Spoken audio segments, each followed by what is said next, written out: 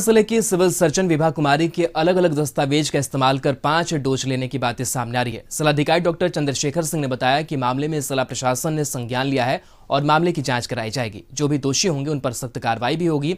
वहीं civil surgeon Vibha Kumari ने बताया कि उन्होंने आधार कार्ड का इस्तेमाल कर कोविशील्ड का 2 डोज और एक प्रिकॉशनरी डोज लिया। वहीं उन्होंने बताया कि किसी ने पैन कार्ड का गलत इस्तेमाल कर वैक्सीन लिया है। मामले की जांच होनी चाहिए और जिला प्रशासन इस पूरे मामले की जांच भी कराएगी। ने पूछताछ किया है तो उसमें पता चला है कि वो अपने आधार कार्ड की आईडी से 3 डोज उन्होंने लिया है, फर्स्ट सेकंड, और अभी प्रिकॉशनरी डोज जो हम लोग दे रहे हैं तो उसको उन्होंने लिया है। बाकी उनका दूसरा एक आईडी कोई उसका मिसयूज करके कोई रजिस्ट्रेशन कर लिया है, तो उसकी जांच हम लोग करा रहे हैं और जो भी दोषी होगा। मैंने सिर्फ 3 डोज लिया है जो भारत सरकार के द्वारा हमें दिशा निर्देश आया था। फर्स्ट डोज, फिर सेकंड डोज, उसके बाद अभी हमें प्रिकॉशनरी डोज का मैसेज आया तो हमने अभी 13 तारीख को प्रिकॉशनरी डोज लिया। और बाकी जो भी पोर्टल पर दिख रहा है वो या तो टेक्निकल फॉल्ट है या किसी ने हमारे आईडी को यूज़ करके डाला है, जिसका जांच होगा। तो और इस पूरी खबर पर मरगूब आलम हमारे साथ जुड़ेंगे। मरगूब, मधेपुरा के जो एक बुजुर्ग थे वो चर्चा में आए थे कि उन्होंने 12 वैक्सीन है वो लिया है, और अब जो सिविल सर्जन है वो भी चर्चा में है और खबरें सामने आई कि 5 डोज उन्होंने लिया। हालांकि उनके तरफ से ये कहा जा रहा है कि उन्होंने 3 डोज लिया है, 2 फर्स्ट सेकंड डोज और एक जो प्रिकॉशनरी डोज है वो है। क्या लगता है कि किस तरीके से जो गड़बड़ियां हैं वो सामने आई है, और क्या उनका पैन कार्ड या फिर जो उनके दस्तावेज है उसका गलत इस्तेमाल किया गया है? राहुल, देखिए, इसको इस तरीके से लीजिए कि ब्रह्मदेव मंडल का आपको मधेपुरा की पूरी घटना पता है। उसने तो स्वीकार कर लिया था कि वो 11 डोज ले चुका है, 12वां लेने गया, सेंटर बंद था, वो वापस चला आया।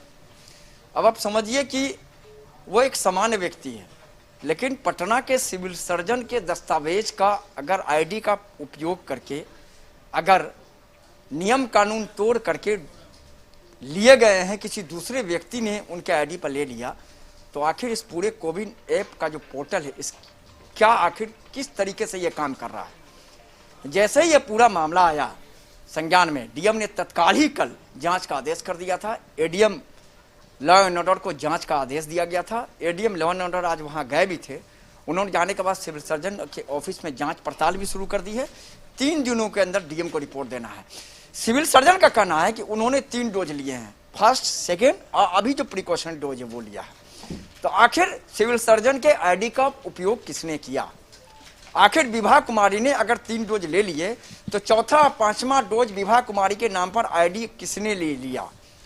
क्योंकि अब सवाल सीधा है कि इतना बड़ा फर्जीवाड़ा हो कैसे रहा है, कौन कौन से लोग शामिल हैं इस पूरे मामले में। सिविल सर्जन ऑफिस के कुछ कर्मचारियों की भूमिका संदिग्ध है, जो हमारी बातचीत हुई ऑफ द रिकॉर्ड अधिकारियों से, उनके बारे में भी जांच की जा रही है कि ये पूरा मामला आखिर हुआ। तो क्योंकि जब एक जिला का सिविल सर्जन के आईडी का उपयोग गलत होगा, वैक्सीनेशन हो जाएगा, टीकाकरण हो जाएगा, तो फिर आखिर बचेगा क्या?